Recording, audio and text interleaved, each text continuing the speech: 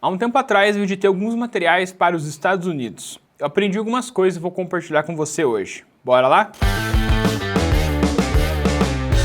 Bora lá então entender um pouquinho sobre as diferenças de editar um material em português brasileiro para inglês americano.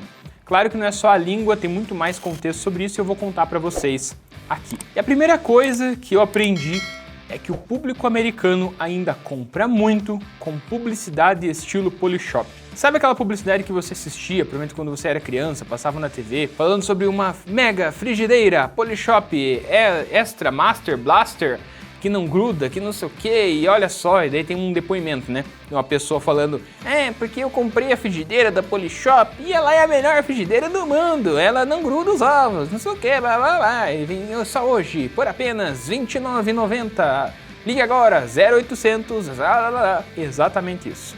Essa publicidade ainda funciona nos Estados Unidos e eu fiquei abismado quando eu vi isso. Ainda os americanos compram muito desse tipo de publicidade, barata, esse tipo de publicidade mais fácil, que traz um monte de promessa e tudo mais.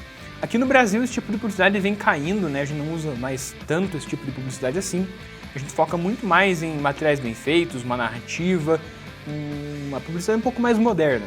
Mas os americanos ainda, não que eles não tenham, né, publicidade moderna, a gente tem aí muitas vezes grandes comerciais que aparecem principalmente no Super Bowl e tudo mais, mas ainda existem publicidades mais estilo Polishop lá, e isso vende pra caramba. Eu também percebi que o público que tem um pouco mais engajamento com esse tipo de publicidade é o público 45+. O público a partir dessa idade ainda consome publicidade que tem promessas fáceis, então compre o produto porque você vai emagrecer fácil, compre esse produto porque você vai evoluir, e você vai fazer não sei o que, e essa panela que é maravilhosa, então eles caem muito nesse papo.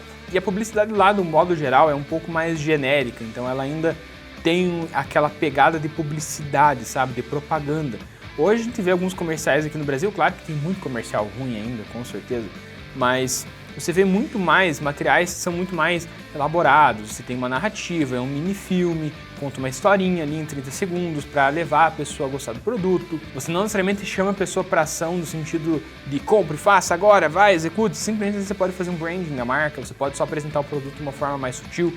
Você tem alguns materiais, eu acho que eu vejo da Seara, pessoalmente, que o presunto da Seara é muito bom, não sei o que e tal, e alguém ali numa mesa bonita.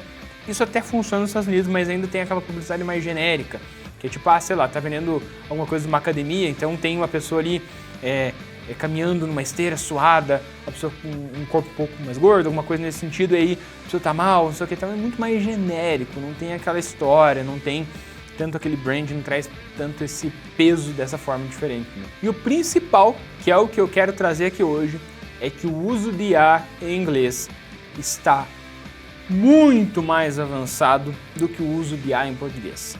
Isso eu digo com muita clareza, muita facilidade, aquilo que eu já vivi, que eu já usei, que o uso de IA em inglês ele está absurdamente melhor e muito mais funcional do que o que a gente usa em português. Então eu utilizei ali o HeyGen para criar alguns anúncios e aí você consegue analisar que o inglês ele já funciona super bem, ele tem várias pessoas falando inglês ali, vários rostos, vários cenários. E, gente do céu, funciona muito bem. Tinha até ali uma opção de um cara que ele estava andando em modo selfie, então ele estava com o celular ali e tal, e muito natural. Isso trouxe assim uma percepção para mim de que a IA, quando ela se aperfeiçoar no português, a gente vai ter muito mais vantagens, vai conseguir utilizar isso muito mais fácil, né, no nosso dia a dia, só que também vai trazer muito mais problema, porque daí vai ter deepfake, vai ter todas aquelas coisas que a gente vai trazer um vídeo ainda falando sobre isso, essa parte ética da IA aqui no canal. Mas eu percebi que isso já está muito mais avançado e que os americanos, eles não têm essa noção de que aquilo realmente é IA, então você consegue utilizar, como ele é muito natural, a pessoa nem imagina que aquilo é feito com IA, nem imagina que aquilo tem esse peso ou essa diferença. Então foram alguns aprendizados que eu tive editando esses materiais e que eu aprendi de uma forma prática, que sim, existe um mercado muito grande para você editar em dólar. A questão é você conseguir os contatos, isso é uma coisa que eu tenho um minuto para entender e para conseguir, mas existe muita chance, nós brasileiros podemos fazer. Por quê? Porque nós temos uma expertise muito grande.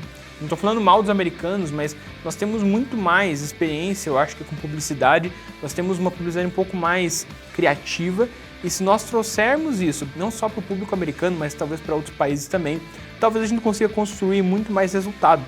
E isso é uma questão que precisamos colocar na ponta do lápis. nós temos conhecimento, nós sabemos fazer.